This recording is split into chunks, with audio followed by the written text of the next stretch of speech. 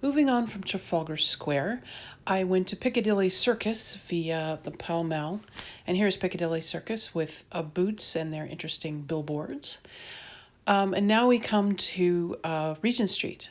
And Regent Street is a crescent that was built by John Nash during the Regency.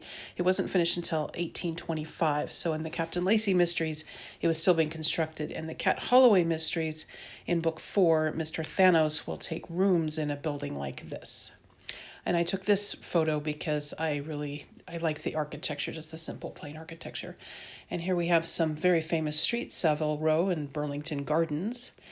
And this is the Burlington Arcade, which is what Burlington House became in the Victorian age. I did not go in there because I knew that I might try to buy something and break my bank.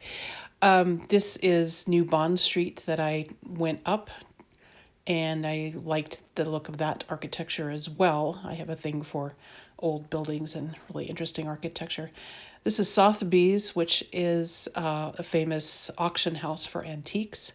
And now we're on Grosvenor Street. And this house and this type of house is where I imagine Mr. Grenville lives in the Captain Lacey Mysteries. It's very kind of a plain facade, but very elegant.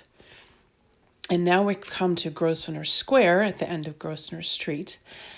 And these buildings here are where I imagine the Mackenzies live in my Victorian romances. This is Grosvenor Square, the green inside the square. Again, this is a photo of what I imagine the Mackenzies' home mansion looks like. It's like a double house, and so I pretend this is Hart Mackenzie's abode.